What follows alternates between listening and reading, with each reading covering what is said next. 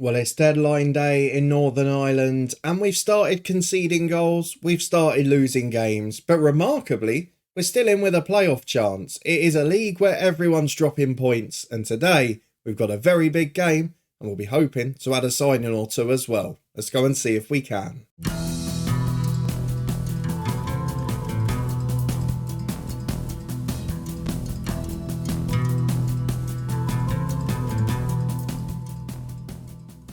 Yes, hello and welcome along to part 22 of Lifting Spirits with me, Daniel.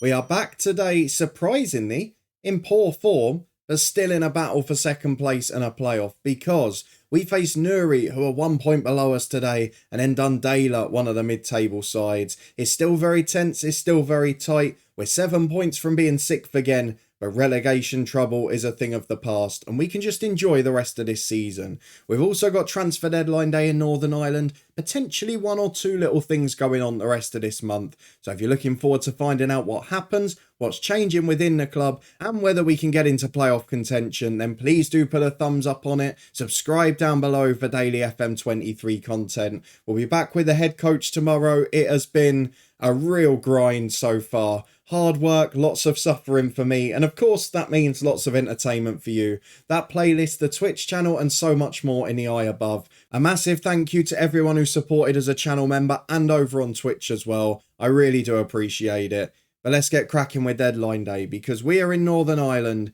It is a busy finish to the month, and although it's not one of the big blockbuster media headline deadline days, it is a day that we could really make a difference, because I just feel we could do with adding one or two bits to the squad. You can see from the preview of this fixture tomorrow, we're not in great form. Newry are in even worse form. But if I show you the games that we've played off camera, well, it's not been great. 1 win, 1 draw, and 2 defeats on the road.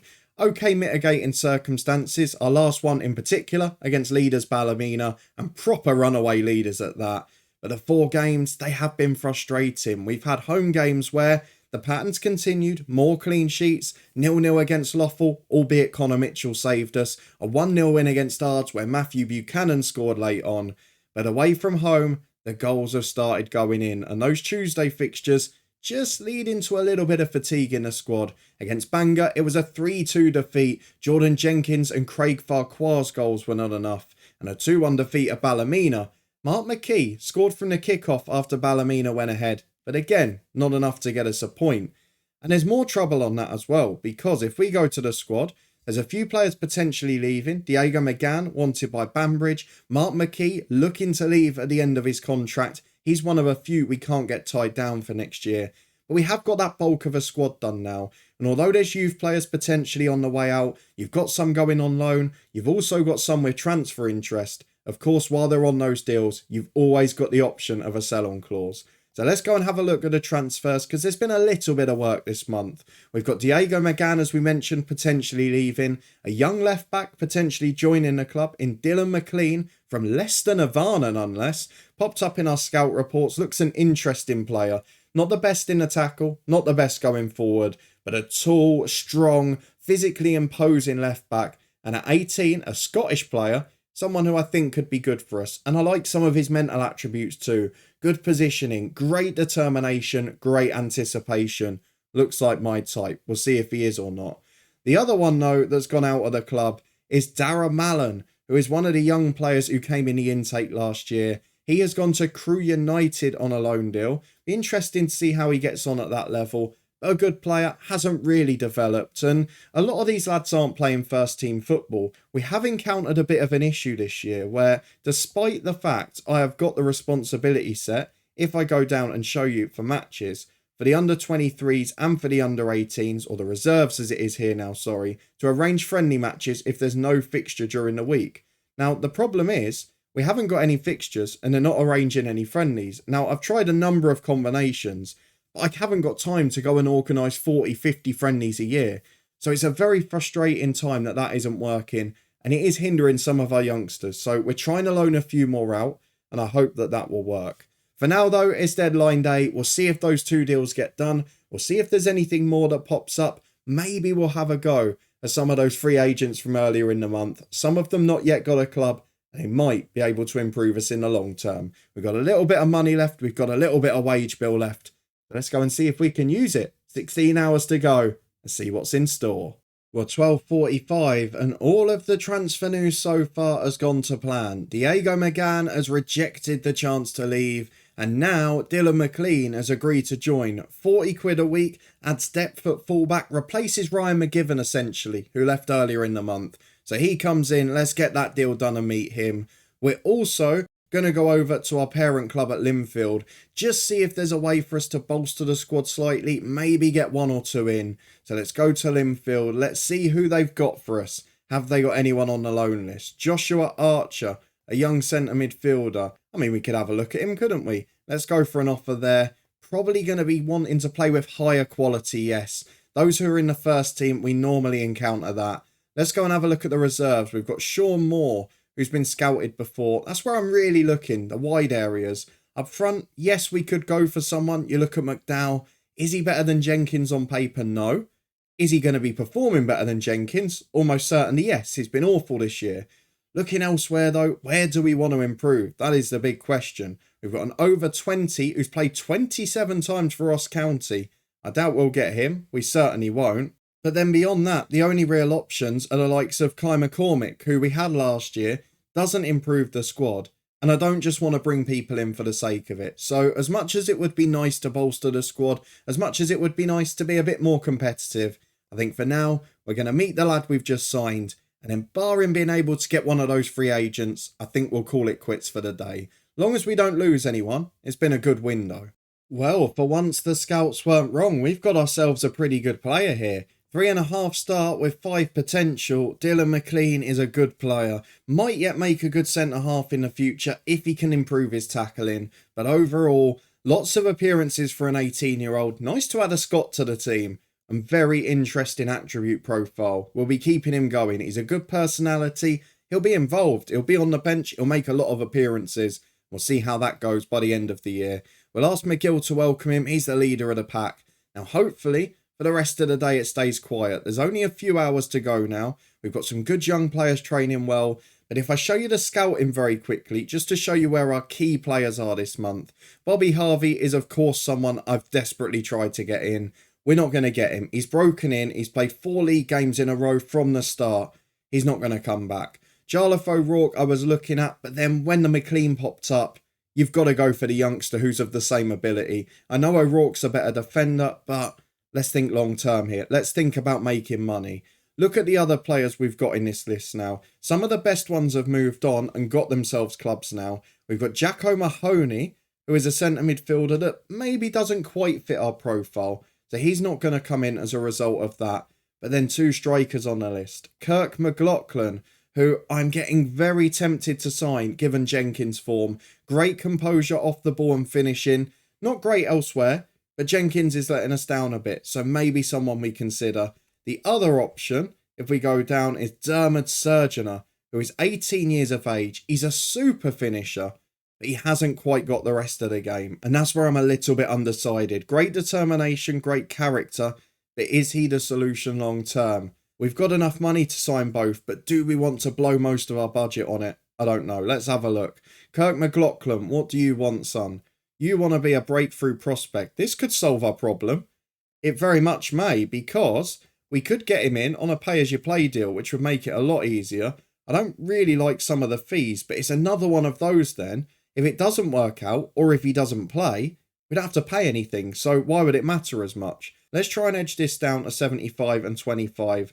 He's agreed that, so he might yet come in. The other one is Dermot Surgener. If one's significantly cheaper, we'll go for them. What does Surgener want? Breakthrough again. Should be pay as you play. Oh, I know which one we're signing. It's worth taking a gamble on a proper finisher. And for us, Surgener is exactly that. 20 quid appearance fee if he plays. He may yet be our wild card of deadline day. 2 hours and 45 minutes to go. Doesn't matter if they don't come today because we've got ourselves free agents. They can come in at any point. But they would be big additions. Let's see if we can add one in. Well, both agreed, but in sticking with our principles of the youngest players and of those with the lowest fees, we're going to go for Surgener. McLaughlin, I'm afraid, has been cancelled. So let's meet Dermot Surgeon, 5-star potential, 2.5 ability. The only thing that worries me is a massive lack of composure and pace. He's got the acceleration. He's not the strongest. For 6'1", it's pretty feeble. But he's got off the ball movement and finishing. And with his character, he should improve. Let's get him training as a poacher. Make him as good a one as he can be. But it just adds an option. With Marty Bell, who's done okay off the bench in most games this year, just gives us a third option. And that's what I wanted. So deadline day overall, no one has left the club. And we've got 2 good additions. One first teamer and one for the future. Well, nearly a whole page of deadline day action here in the Championship. We've got loads of players going into Ballymena as if they weren't strong enough, including one on loan from Linfield. He is a star striker, someone we definitely couldn't attract. There's some big players going in at the likes of Newry, Ross Redman, who was at Ballymena last year. And then you've got some from Annie United for Lothal, even for the Welders down at the bottom. And Ballina Millard really improving. So definitely the sides below us have done more than us and they can continue to afford to. With the schedule not being too tight after the next few weeks, I'm hopeful we'll be alright. Back in a moment for kickoff. Well, the board are obviously starting to get carried away now. They're expecting a draw just like the fans for this match, which is a little bit excessive. Kirk McLaughlin looks like he's on his way to trial at Dolinstown. I'm sure he'll get a move before too long. Matthew Buchanan is benefiting from the mentoring groups in places. But still, until these lads train regularly, we're going to have this problem. Levingston gets player of the month for January. 4 assists in 6 games. No goals from set pieces though, which is unlike him. And of course, he dedicates the award to us, which is a lovely sign. We've only won 50% of our matches this month, but we do win second in manager of the month. And I think that tells you how tight this league is. The kickoff is going to be a big one. Newry, sure to pose a difficult test, and plenty of debutants will be in their side. And here we are for fitness test time. Dylan McLean is fit to be in the squad for the first time since joining yesterday. Our monthly review suggests we're doing well with the board. The fans aren't that happy with us. They haven't been all season, and I don't really get why. We've come up as a newly promoted side. We're competing on a tiny budget, and we're second in the league. At the end of this January window, and I know in these one club saves, I like to show you this behind the scenes stuff a bit more. If we go down and have a look, we're keeping the ball, we're having a lot of possession, we're playing some good football. Our salary per year is the lowest in the league. And I don't mean just the lowest, I mean it's about 2/3 of Welders, who are of course bottom of the league. So we're talking about their whole first 11 being on professional terms, which ours aren't. We've only got 5 or 6 on semi-pro deals. Looking at the likes of Ballymena, I mean, that's 7 or 8 times our wage budget. It's scandalous. Even a second place side, they're on virtually 4 times the amount. The net transfer spend, we've of course spent nothing. There are clubs in this division who have spent, and Newry have been selling top players, as of Ballymena, and have been able to replace them with free agents. So definitely something where there's got to be a bit of perspective here. Our average attendance actually hasn't gone up despite having more season ticket holders. So that's another odd thing. We can maybe think about that another day. But let's get through the inbox, let's get through to the kickoff, and let's pick our lineup for today. Lots of changes recommended. We played on Tuesday night, don't forget, and against Ballymena, it was a tough run-in. So this one could be tricky. How many debutants have they got, and where will our 2 new boys be? Let's go and find out. Well, no Surgeon in the squad just yet, but we have made some changes. Basically back to our first 11 after rotating a bit in the week. I don't really know what to do up front. Jordan Jenkins, Marty Bell, both in poor form now. And it is getting a little bit trickier. McLean comes onto the bench for the number 10 Miller. The rest of the side is probably what you'd expect. So Becht, Edgar, and of course the ineligible Farquhar all missed the midweek game against Ballymena. They come back in today. Connor Mitchell stays in goal. Daniel McGill goes back out to right back. Edgar in on the left with Orkin, the only member in the same spot of the back 4. He's alongside usual partner Farquhar. Levingston and Beck reunited in midfield. Latifa, McKee and Johnston an unchanged attack in mid 3. And then Jenkins. Can you please score a goal? Because even when he scored a penalty in the other game, he got a 6.8. He's a good striker. He's a solid pro, but he's not doing the job for us at the minute, and that's a big worry. It's the battle for second, it's the battle for the playoffs, it's Ballymena v Newry. Which one's going to come out on top, and can we keep up our classic 1-0 home form? Only one way to find out. Well, 4 changes for them. We know the likes of Curry, Redmond, and I think Thompson all came in this month. They definitely had 3 new signings in there. So let's just get through and see what we do. Our home form is important to us. We barely concede a goal at home in recent months. You've seen the 1-0 to the Distillery fame. Let's see if we can keep it up. I think it might be hard work today. But into the first half we go. A usual settled team against a team full of new players. That might be the only benefit for us here. While Ballymena raced into an early lead again, they have rarely been pegged back today though. The one thing I will say is it's taken a very similar pattern this first half. Not many chances, none on target, only one shot, although we're back for a free kick. Chipped into the back post, looked like a range we could shoot from, but it's not. It's gone out to Becht on the left-hand side. He delivers across to the back post, Latifa hits the woodwork. Oh dear, that was close. A big crowd in by our standards today. And to be honest, at half-time, is starting to take a very familiar pattern. Very solid at the back. I don't know what's really changed the last few months, particularly at home with this tactic. We just don't concede goals now. It was one of our big Achilles heel the last few seasons. So let's just tell the lads they're doing fine. A 0-0's not a disaster. A 1-0's a great result. But I mean, to be honest, we're virtually safe already. So for me, we've done our job for the year. And it's a good job because that's going to count. Ross Redmond on debut. The free kick goes in, is tipped onto the woodwork by Mitchell. But on the rebound, Redmond's there first. The 35-year-old, right place, right time. And he delivers a crucial blow to us to make it 1-0 Newry. So we're going to go positive now. We're going to encourage the lads and we're going to think about changes in a minute. Lots of yellow cards and fatigue. You look at the players that played in the week. Look at Jordan Jenkins. I mean, he's just a lost cause. Do not forget with this boy, he came in and basically won us promotion last year. He then hit form at the start of this season and scored one a game.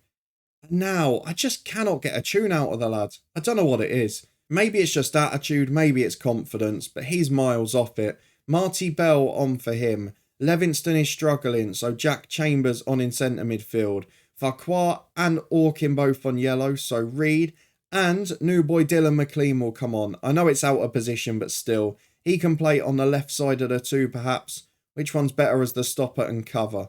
Gonna go for McLean as the stopper. And then finally moving into midfield. Or in fact, do I bring McLean on? I tell you what we're going to do. Let's take McLean off for Foster.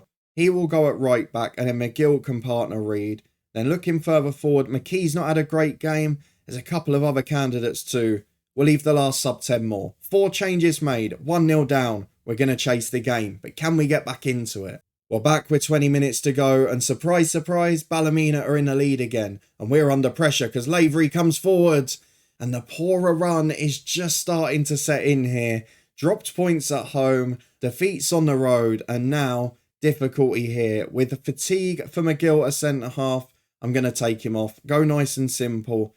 Do I bring McLean on for a debut? Yes, I do. As much as I'd like to bring on Buchanan, there's a few tired legs going forward. Discipline's crucial. McLean will go stopper. Reed will go cover. We've got 12 minutes left. Can we nick an equaliser? Or are we destined to start falling? Because Ballyclare are closing the gap. Although, they're struggling against the Welders now. And we've got a corner kick. We might yet salvage something. A long unbeaten run at home as Johnston puts a corner in. At the back post is McLean. Knocks down for Reed. The two centre-halves almost combine to score a goal. Foster puts it back in the mix. Beck keeps it in. On the right into McKee. He's hit it straight at the keeper. How has he not scored that? We've gone attacking. It's to no avail. I mean, you look at the stats again. The only thing that has changed in the last few weeks is that all of these games that were evenly matched, instead of coming out just on top, we're now coming out on the wrong side of them. And it's what was happening at the start of the year. We've had a spell of draws, a spell of wins. Is this the spell of defeats? I think we're going to drift towards mid-table now, but not a bad performance. A decent deadline day. I'm not too disappointed by this. Let's go and have a look at when we're next going to be back. And hopefully we'll still have a surprise playoff push. But for now, safety is assured and for the first season is still objective ticked.